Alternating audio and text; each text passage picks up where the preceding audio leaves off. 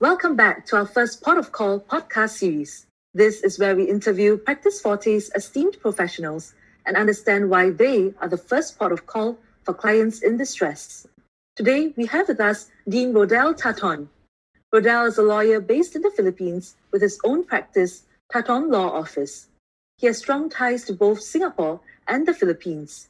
He's actively involved in helping the Filipino community in Singapore and the Singaporean community in the Philippines solve their family or corporate legal issues. True to his title, he's also the Dean of the Graduate School of Law at San Sebastian College Recoletos in Manila and has an established and diversified portfolio that we cannot even begin to scratch the surface of. It is such an honor to have you here with us. Rodel, please share with us a bit about yourself. Thank you, Chloe, and it's nice to be here on the first Port of Call podcast. I am basically an academic, and as you said, I am the Dean of the Graduate School of Law of San Sebastian College Recoletos, Manila, and I am also a practicing lawyer, a multimedia lawyer in the Philippines. Thank you for that, Rodel. So let's begin with a bit of focus on your cross-border legal practice. Now, to start with our titular question, Rodel, why are you, as a cross-border lawyer, the first port of call for clients in distress? As I mentioned, as an academic and as a practitioner, I could combine practice and the theories. We can offer the best response to the particular individual in distress, and we can offer the same help that is called upon by the circumstances, and also the best way to protect their rights and the responsibilities of that particular person. Now you talk about this combination of practice and theory and protection of rights. Let's concretize it a little. So what are some of the more common issues faced by Filipinos in Singapore? I think I would advise, particularly because Filipinos in Singapore are quite diverse. They are professionals and some of them domestic helpers. But many of them, I think, are professionals there as either IT experts and all that. One thing that I could advise them is, of course, first they have to know there or in whatever state they may be at the moment. They have to educate themselves with laws in Singapore and in, of course, the Philippines, so their rights can be properly protected. You know, Chloe, a Filipino worker who goes to Singapore and any other country carries with him or her the burden of a family, a broken heart, and the baggage that is being brought by the Filipino is just so huge that all the problems at home are carried over in that particular country. So it's a combination of psychological, cultural, and so many other. Sometimes, you know, as an individual living in Singapore, what they have is only themselves or some Filipinos that they can find there and become as a friend. And in fact, we have heard stories that some Filipinos are even fooled by some Filipinos as well there. But common problems there would be psychological, cultural shock, and adaptability in the culture in Singapore. And you know that in Singapore, it's stricter laws, stricter regulations, and Filipinos sometimes just don't want to commit any infraction, however small that is, just to avoid being sent home, being deported or something, or being terminated in unemployment. So all of this are being carried by the Filipino. And sometimes what hinders them from going out, from telling their story, is that they have no one to support them. Rodel, thank you so much for giving us a look into the inner psyche of the Filipino community here in Singapore. Conversely, let's go to the other side of the map here. So what are some of the issues encountered by Singaporeans in relation to the Philippines, and how would you advise them of these issues? I think, for one, the commonality there is the adaptability also on the culture. Because especially on the business culture in the Philippines, you know that sometimes the Singaporeans would demand as if it is like Singapore in the Philippines. But you know that there are some limitations on the efficiency sometimes or on the ease of, for instance, just getting some permits for the business that you are intending to create in the Philippines. But generally, the problem would be on the business partners or even marital partners for that matter. And these are circumstances that can happen wherever you are in the world. Thank you, Rodel. Now, perhaps we take a step back and look at the perspective of trying to incorporate a company in a foreign country like the Philippines.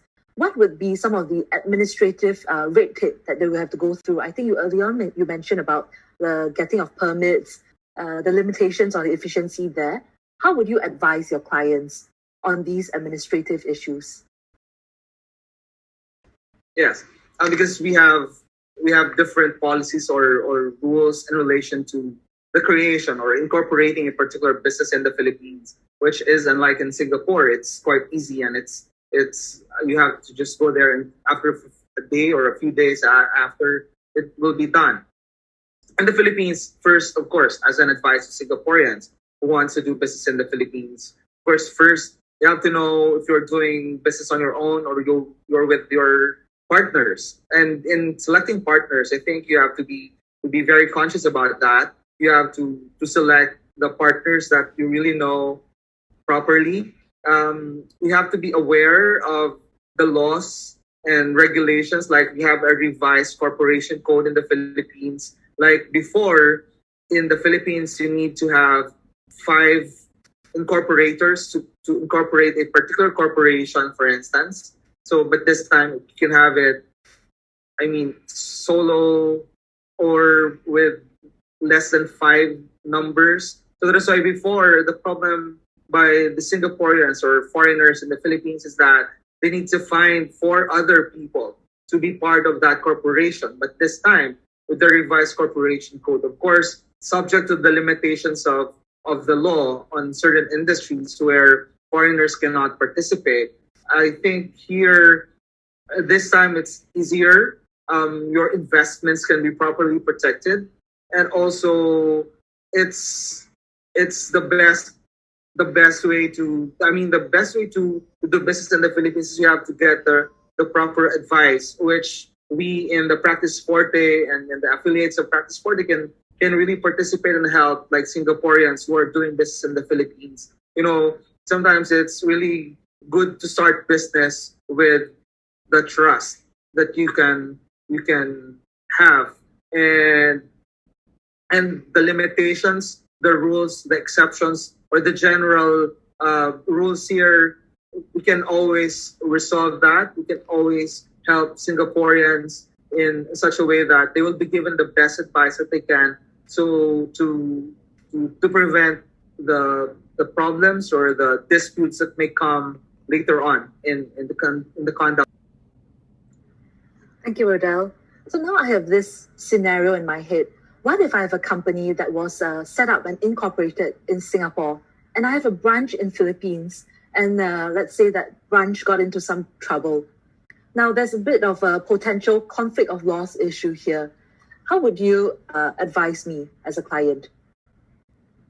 Yeah, under the Philippine laws. So we know that right now the cross-border transactions are easier. But if there are problems like in the Philippines with the branch office of a Singaporean corporation or a Singaporean entity, we can always assist them by looking at, number one, on the particular problem. So we can look into if it's about taxes, if it's about if it can be resolved through mediation, or if it's in conflict with certain rules or policies, or if there is a need to bring this matter to the courts, for instance, then we have to assist them. But again, the general rule always is to find a way to go into the conflict or the dispute without going to the courts, but trying to distinguish the problem and look into the specifics thereof to properly resolve one by one. If it is via alternative dispute resolution, then you really have to do that. Or maybe it's just about management, or maybe it's just about the erring members of the business. So I think different problems would call for different solutions. So if it's legal solution, then the affiliates of Practice Forte can really help on that. On the alternative dispute resolution aspect as well, Practice Forte, like us, can also assist in in arbitration, or if it is about mediation, then we can do that. If it is about administrative matters to conduct with different local government units or different offices in the Philippines, I think here better representatives can assist them. If it is to that particular corporation, then we can always advise. Thank you for sharing those helpful tips with us. Now, is there a particularly memorable cross-border case that has stuck with you? Could you share with us a bit about this case? Thank you, Chloe, for that question. I think I have shared to you earlier about the problem with the Singaporean in the Philippines. I think that particular matter was about business and about marital matter as well. The partners are majority of the partners are coming from Singapore, for instance, and the business partners are in the Philippines, like 3 or 4, and the Singaporean married the Filipina in the Philippines, and the Singaporean was killed in the Philippines, and the family now went to Singapore.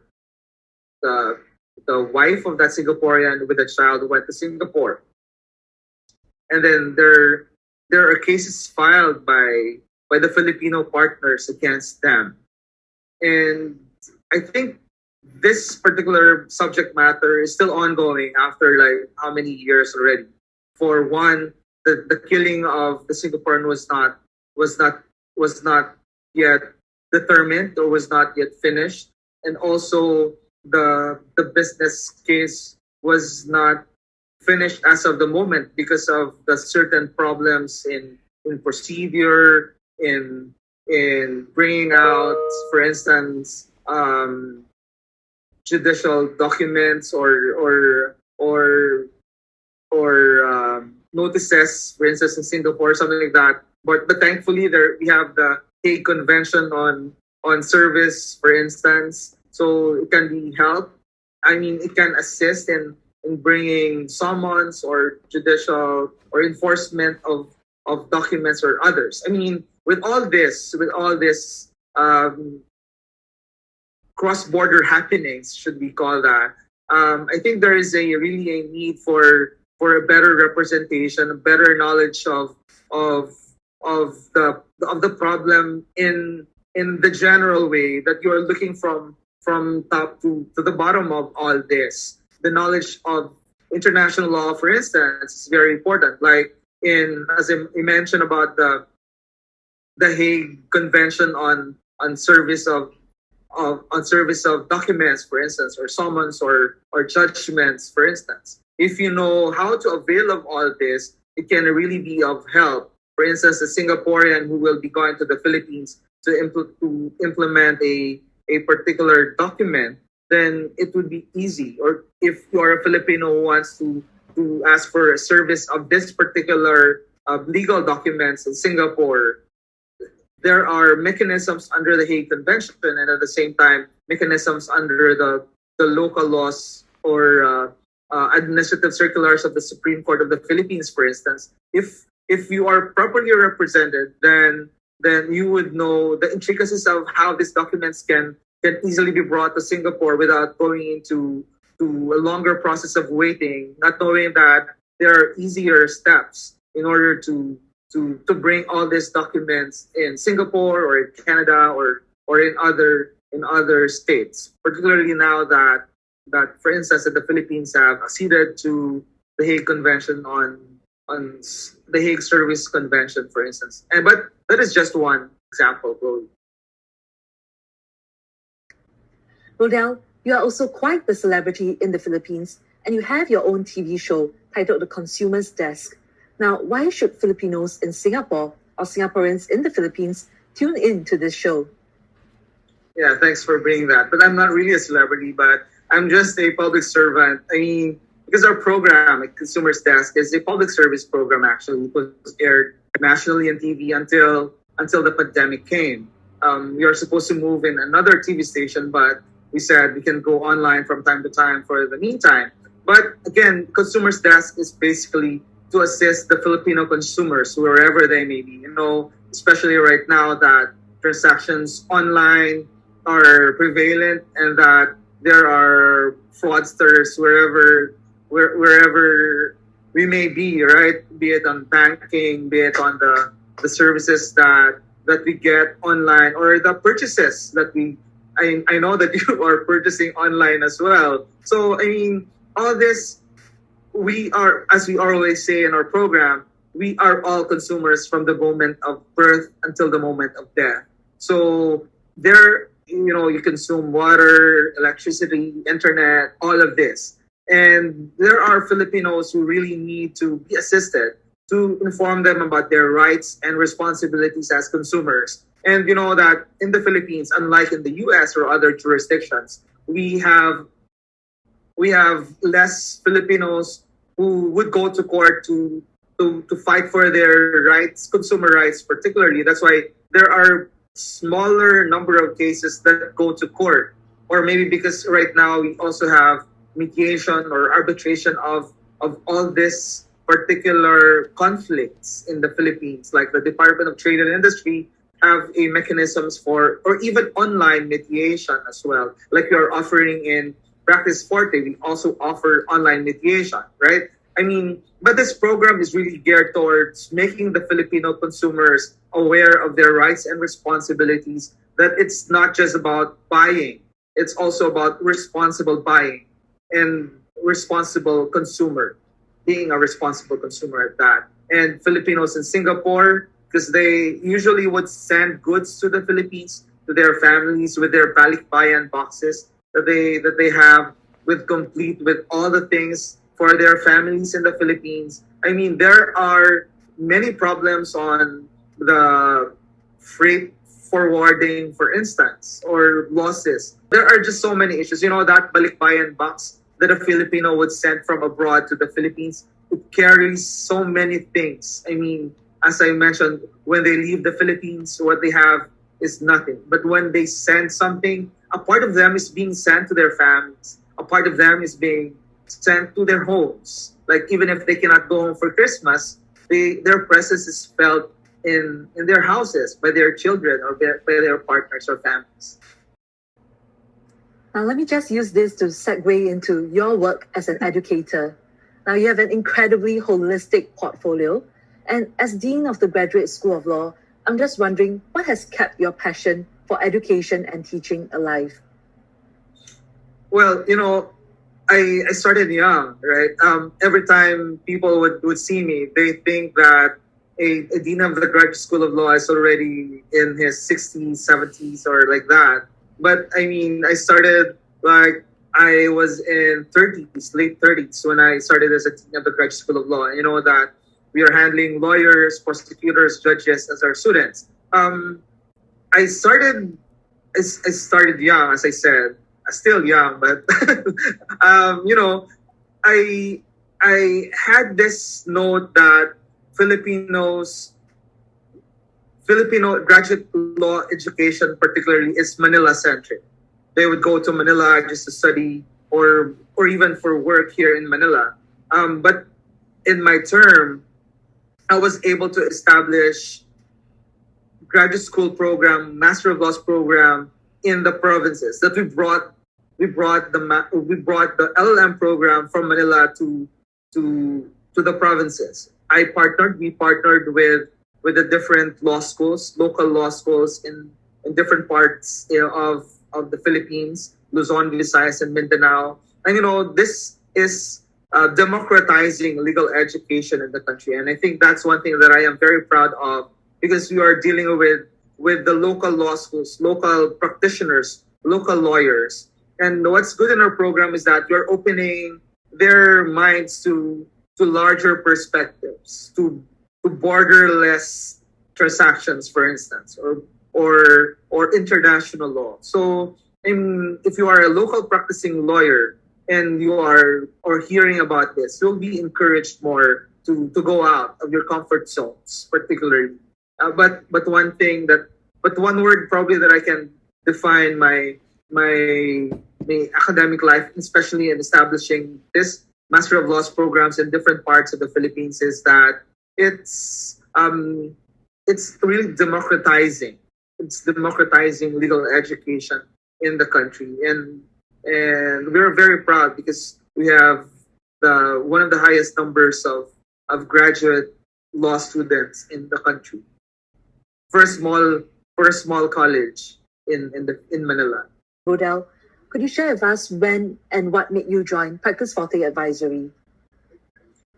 I think it was before the pandemic, right? It was before the pandemic. We actually had bigger plans because Practice Forte learned that we were doing some legal clinics in Singapore for Filipinos, and you know that I really also wanted to extend outside the Philippine borders my services, and so we heard about the project by Practice Forte, for instance, in encouraging borderless legal help that we can give, and the project that would cater to Filipino law students. And that is where we actually came to talk about projects and plans. And with a shared vision that Practice Forte and I had, that made me decide I really wanted to be part of Practice Forte because you know that you can do a lot. You still can do a lot in making partnerships with Practice Forte and its affiliates. I think Practice Forte really opened my eyes to go borderless. My interest is really in international law. My parents, brothers, and sister are outside of the Philippines as well. So the partnership with Practice Forte and being an affiliate can really be a big help, and also its advocacy towards borderless transactional work, ADR mechanisms, which is also ADR and dispute resolution, which is also my interest. I think these are enhancing my capabilities, or really making me think about the future, the possibilities that we can really contribute to the practice of ADR with the Practice Forte and in the trainings that we can conduct later on. So it's refreshing to start with people having a vision always, and I think this is a good start. And I am looking forward to better days, especially after the pandemic. Unfortunately, our time is almost up. To end off, Rodel, could you share with our listeners why they should never hesitate to turn to a cross-border lawyer like yourself when they encounter pressing issues? Yeah, it's not about really selling myself here, but I think they just have to look out for someone who they can really trust and be confident with. And confidence, is brought about by that feeling that you know that this person is capable of doing. So as an academic and as a practicing lawyer, I think I can simply say that you have to go to someone who could give you the best advice that you want to hear, or sometimes if you don't want to hear, someone that can really help you and understand you, or someone that can listen to you really with objectivity, with truthfulness, and as much as possible, of course, the ethics that we can always observe. It's not good. It's unethical for a Filipino lawyer to advertise. But, and when people speak about you because of the work that you do, then, your work can speak for itself. And for the many people that I personally have helped, I want them to speak for themselves, not me speaking about that experience that I did for them. And the best probably thing that I can say to our listeners here is that in cases when there are doubts or problems or legal subjects that you want to respond to, just don't hesitate to call someone that you trust and you are confident with. I think that's all. Thank you. Thank you so much, Rodel. It's been a pleasure chatting with you this morning and hearing your rich thoughts and experiences. To our listeners, we hope you've enjoyed our session today. Be sure to check out our previous episodes featuring a private investigator, a family lawyer, a trusted advisor, a forensic accountant, and a mediator. Tune in next time as we interview more of our professionals and understand why they could be your first port of call. For any inquiries, do contact our client care specialist, Sandra, at 6221 3009.